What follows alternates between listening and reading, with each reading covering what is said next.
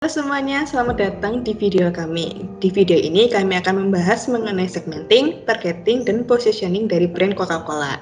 Dalam kelompok kami terdiri atas saya yaitu Yohana, lalu ada Yosafat Naftael, lalu ada Benedikta, Stefanus, dan juga Christian. Yang pertama sebelum kita masuk ke bagaimana strategi pemasaran, ada 3 hal, ada segmentasi, ada positioning, ada targeting. Itu kita harus mengetahui dulu apa sih Coca-Cola itu sendiri.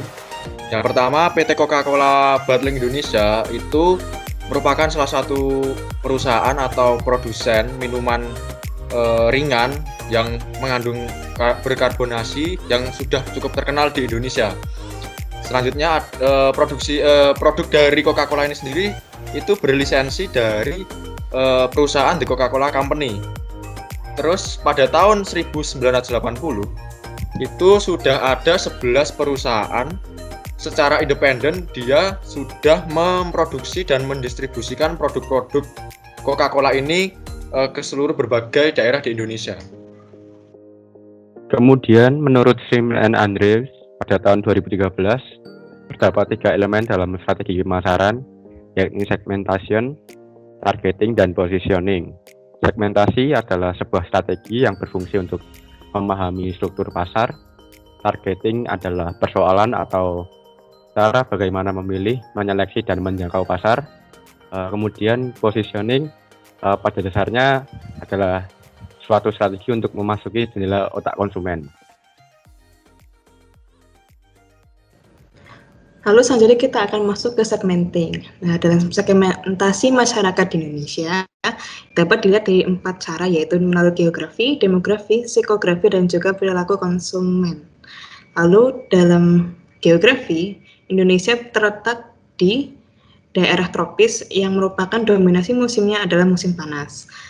Lalu demografi dapat dilihat dari 4 cara, yaitu data penduduk, konsentrasi tempat tinggal, usia penduduk, dan juga pendidikan. Untuk kepadatan penduduk di Indonesia yaitu terkonsentrasi di Pulau Jawa.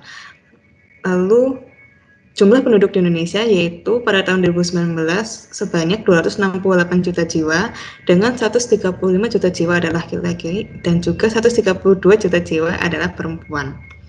Lalu untuk usia penduduk mayoritas di Indonesia yaitu rata-rata merupakan usia batita hingga dewasa dengan umur 39 tahun atau usia produktif, sehingga dapat dikatakan piramida penduduk di Indonesia adalah piramida ekspansif.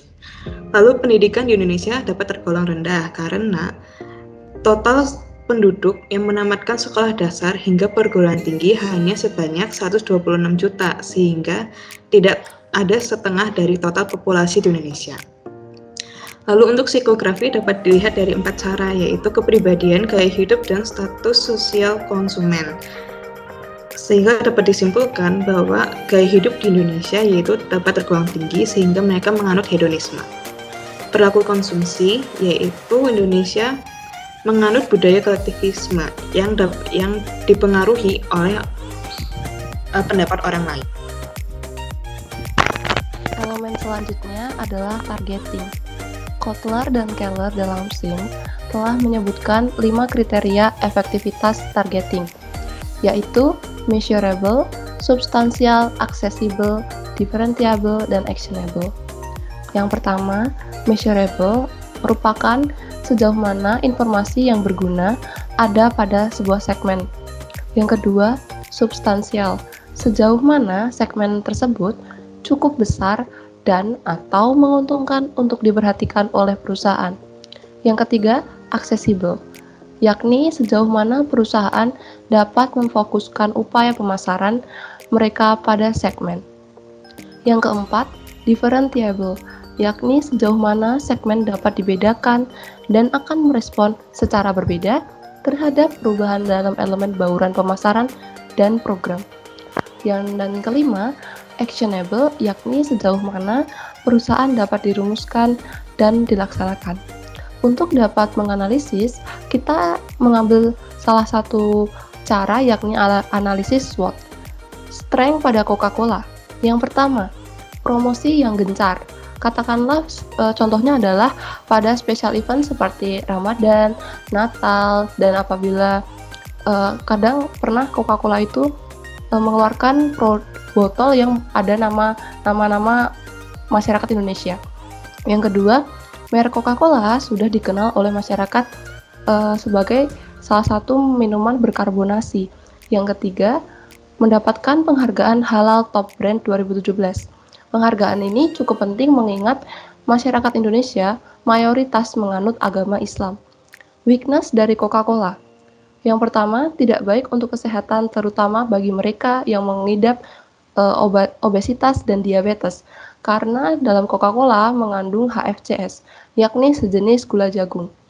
Weakness yang kedua adalah Coca-Cola hanya memproduksi minuman dan belum merambah ke sektor yang lainnya. Opportunities dari Coca-Cola yang pertama adalah bekerja sama dengan berbagai pihak. Contohnya seperti McDonald, BF, dan baru-baru ini adalah View. Opportunities yang kedua adalah distribusi Coca-Cola yang dapat dikatakan luas, karena kita dapat menjumpai Coca-Cola mulai dari toko kelontong, minimarket, dan mall. Trait Coca-Cola yang pertama adalah adanya kompetitor dengan harga yang lebih murah seperti Bicola. Trait yang terakhir adalah munculnya gaya hidup sehat yang menyebabkan tidak lagi mengonsumsi soft drink atau minuman berkarbonasi. Yang merupakan positioning. Nah, positioning itu adalah cara yang dipakai sebuah brand untuk menempatkan dirinya di segmen masyarakat sesuai target dengan membangun kekhususan. Nah, kekhususan ini tuh sering disebut sebagai USP atau Unit Selling Promotion. Nah, beberapa contoh dari USP Coca-Cola seperti misalnya logo Coca-Cola yang sangat khas dengan tulisan Latin dan berwarna merah.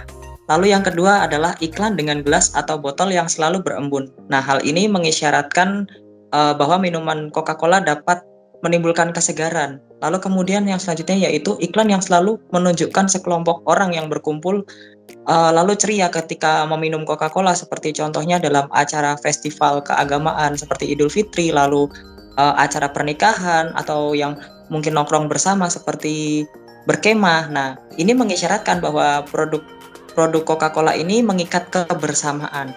Lalu selain itu juga Coca-Cola mempromosikan dirinya sebagai the real thing. Nah, the real thing ini mengidentikan sebagai Coca-Cola adalah produk yang klasik dan original. Moto Coca-Cola ini juga bertujuan untuk mengarahkan atau memberi citra kepada masyarakat bahwa selain Coca-Cola, produk minuman cola lainnya adalah produk yang palsu.